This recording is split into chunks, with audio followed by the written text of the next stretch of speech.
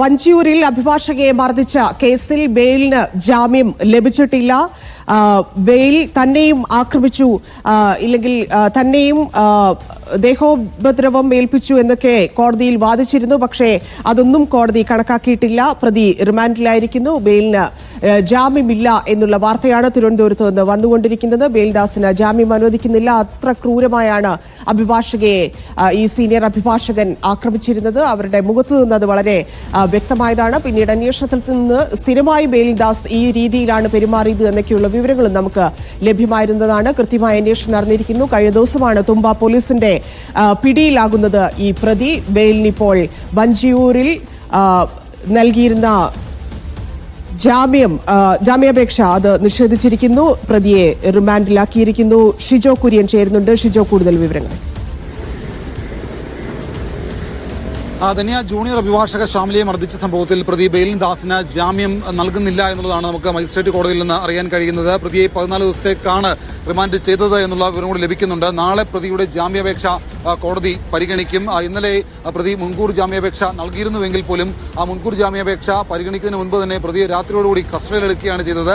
അതോടുകൂടി മുൻകൂർ ജാമ്യാപേക്ഷയുടെ പ്രസക്തി നഷ്ടപ്പെടുകയും ചെയ്തിട്ടുണ്ട്. എന്തായാലും ഇപ്പോൾ പ്രതിയെ magistrate judicial first class magistrate 11 കോടതി മജിസ്ട്രേറ്റിന് മുമ്പായാണ് ഹാജരാക്കിയത്. അതിനകത്ത് പ്രതിഭാഗം സ്വാഭാവികമായിട്ടും പറഞ്ഞിരുന്നത് പ്രതിക്ക് ജാമ്യം വേണം, പ്രതിയെ ഒരു തരത്തിലും ജാമ്യം നിഷേധിക്കുന്ന സ്ഥിതി ഉണ്ടാവരുത്, പ്രതിക്ക് കാഴ്ച പരിമിതിയുണ്ട്, പ്രതിയെയും ഈ പറയുന്ന ശ്യാമിലി മർദ്ദിച്ചിരുന്നു എന്നുള്ള വാദമാണ് പ്രതിഭാഗത്തിന് വേണ്ടി ജഡ്ജി അഡ്വക്കേറ്റ് ദിലീപ് സത്യൻ വാദിച്ചത്. പക്ഷേ പ്രതി ചെയ്തത് ഗൗരവമുള്ള കുറ്റമാണ്. പ്രതിക്കെതിരെ ഒരു വകുപ്പ് കൂടി നേരത്തെ പോലീസ് ചുമത്തുകയും ചെയ്തിരുന്നു. അതിനകത്താണ് പ്രതിക്കിപ്പോൾ ജാമ്യമില്ല, പ്രതിയെ റിമാൻഡ് ചെയ്യുന്നു എന്നുള്ള കാര്യം കോടതി അറിയിച്ചിരിക്കുന്നത്. എന്തായാലും നാളെ ആയിരിക്കും പ്രതിയുടെ ജാമ്യാപേക്ഷ കോടതി പരിഗണിക്കുക. എന്തായാലും ഇതിനകത്ത് ശ്യാമിലിക്കൊപ്പം നീതിപീഠം നിൽക്കുന്നു എന്നുള്ളതാണ് നമുക്ക് ഇതിൽ നിന്ന് മനസ്സിലാക്കേണ്ടത്. കാരണം സഹപ്രവർത്തകരുടെ മുന്നിൽ വെച്ച് അതിക്രൂരമായിട്ടാണ് ശ്യാമിലിയെ സീനിയർ അഭിഭാഷകനായിരുന്ന ബെയിൽദാസ് അടിച്ചത്. മുഖത്ത് പരിക്കേൽക്കുകയും കവിളിലടക്കം ശ്യാമിലിക്ക് പൊട്ടലേൽക്കുകയും ചെയ്തിരുന്നു. അല്പസമയത്തിനകം പ്രതിയെ പുറത്തേക്ക് കൊണ്ടുവരും എന്നുള്ളതാണ് നമ്മൾ മനസ്സിലാക്കുന്നത്.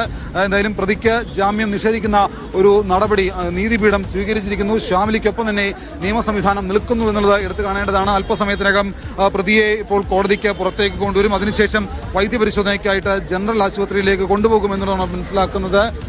ഒരുപക്ഷെ ഫോർട്ട് ആശുപത്രിയിലേക്കായിരിക്കും പ്രതിയെ വൈദ്യപരിശോധനയ്ക്ക് വേണ്ടി കൊണ്ടുപോവുക. അതിനുശേഷമായിരിക്കും കോടതിയിലേക്ക് എത്തിക്കുക. എന്തായാലും നീതിപീഠം ശ്യാമിലിക്കൊപ്പം നിൽക്കുന്നു. ശ്യാമിലിക്കേറ്റത് അങ്ങേയറ്റം ക്രൂരമായിട്ടുള്ള മർദ്ദനമാണ്. അതിനകത്ത് ഒരു തരത്തിലുമുള്ള നീതീകരിക്കത്തക്ക ഒരു തരത്തിലുമുള്ള ഒരു കാര്യം അതിനകത്തില്ല. ഒട്ടും നീതീകരിക്കാവുന്ന കാര്യമല്ല പ്രതിയുടെ ഭാഗത്ത് നിന്ന് ജൂനിയർ അഭിഭാഷകയെ കയറ്റത്. പ്രത്യേകിച്ച് സംസ്ഥാന സർക്കാർ അടക്കം നിയമമന്ത്രി പി രാജീവ് അടക്കം പറഞ്ഞ കാര്യമുണ്ട്.